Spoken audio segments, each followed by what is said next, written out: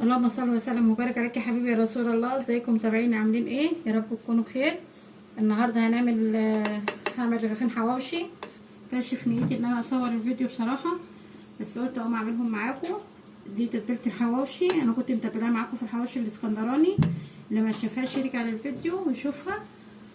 بصل، فلفل اخضر، فلفل احمر، فصين توم، وحته ليا بتخليه طعمه في منتهى الجمال.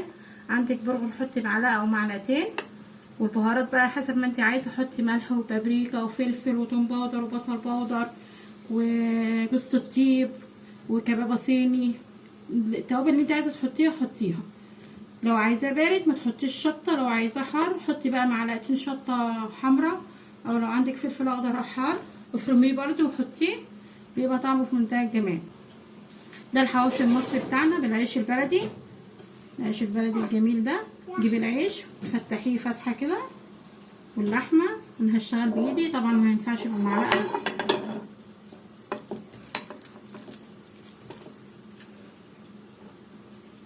وحطي شعرة بيكنج باودر، وحط عليه بالمناسبه بقدونس. جربوا البقدونس هيعجبكم قوي فيه، خلي ريحته جميله وفي منتهى الجمال.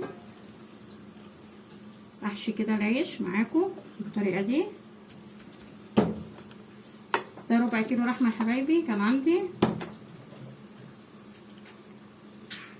احشي كده. ممكن تحطي عليه فول صويا لو انت عايزه تزوديه، بس انا استخدمت البرغل بدل الفول الصويا بالطريقه دي.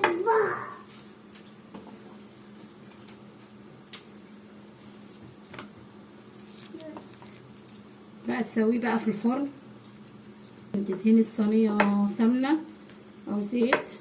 يا سلام بقى لو سمنه بلدي، بس انا حاطه بقى فيه حته اللي هي بتخلي ريحته في منتهى الجمال. جنبي بقى بطاطس محمره، جنبي شويه سلطه بلدي عاملاهم كده جمال في منتهى الجمال بالميه بتاعتها اللي بيقولوا عليه الويسكي. كوبايه الميه دي ما شاء الله بتبقى بتاعت السلطه في منتهى الجمال.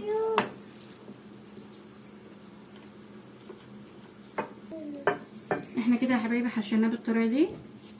ده الجزء الحامي البارد كنت عملته قبل ما اطلع معاكم في التصوير. هنروح بقى على النار ونسويه مع بعض. ممكن تفطسه على النار، ممكن ترصيه في صينيه فرن وتدخليه الفرن مره واحده من اولها، بس انا بحب اديله صدمه على النار الاول من فوق وبعدين احطه في الفرن. معايا كده الصينيه على النار، احطه بقى كده.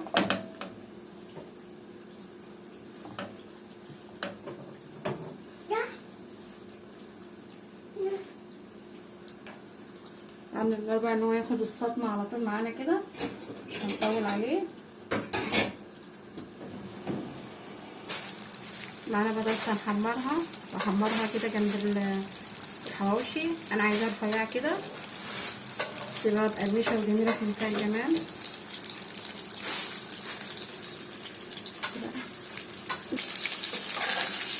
كده نقلبه بقى الناحيه الثانيه. شايفين ما شاء الله اللون بتاعه جميل ازاي؟ متنجيش تقلبي فيه على طول. اول ما تحسي ان الارضيه خدت معاكي اللون الجميل ده، اقلبي ان الوش ياخد معانا نفس اللون. وتكوني حاطه صينيه في الفرن تسخن، عشان اول ما تنزلي بيه من على البوتاجاز ياخد صدمه برده في الفرن، بيبقى جميل. ولو حابه بقى ان انتي في الاخر بعد ما تخلصي الحواوشي بقى تولعي حته فحم كده وتفحميه، يبقى اكنك بتاكليه من بره بالظبط. اللي مع حته الفحمه تدي ريحه في منتهى الجمال. شايفين ما شاء الله عامل ازاي؟ هدخل بقى في الفرن واحطه في الصينيه اللي هتدخل الفرن. شايفين ما شاء الله. واللحمه هتستوي معانا زي ما قلت لحضراتكم قبل كده. برضو لحمه الحواوشي بتتبل من بالليل تبقى طعمها جميل. هكمل بقى بقيه العيش معايا كده.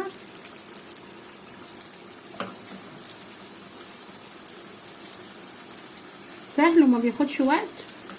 تعملي حاجه في البيت تبقى مضمونه وضامنه نظافتها، حتى لو بربع كيلو لحمه احسن ما اجيبه من بره مليان لحمه قد كده وانا مش ضمناها. وتبقى حاجه كويسه وصحيه على اولادنا في البيت وفي منتهى الجمال. ادي الحواوشي يا حبايبي، شايفين جمال اللون القرمشه بتاعته؟ شايفين ما شاء الله من الصوت. ادي قلبه من جوه، لحمه مستويه في منتهى الجمال.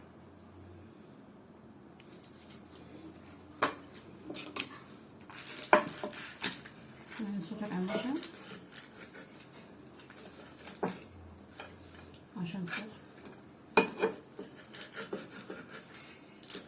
فيه لحمة في منتهى الجمال، مستوية وحلوة وجميلة، حاجة مضمونة نضيفة وعاملينها بايدينا. البطاطس دي طعمها في منتهى الجمال، صناعة بس حلوة.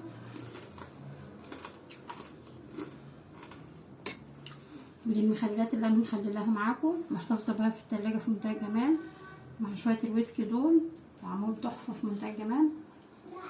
اتمنى ان الفيديو النهارده يكون عجبكم، متنسوش تعملوا لايك وشير واشتراك في القناة.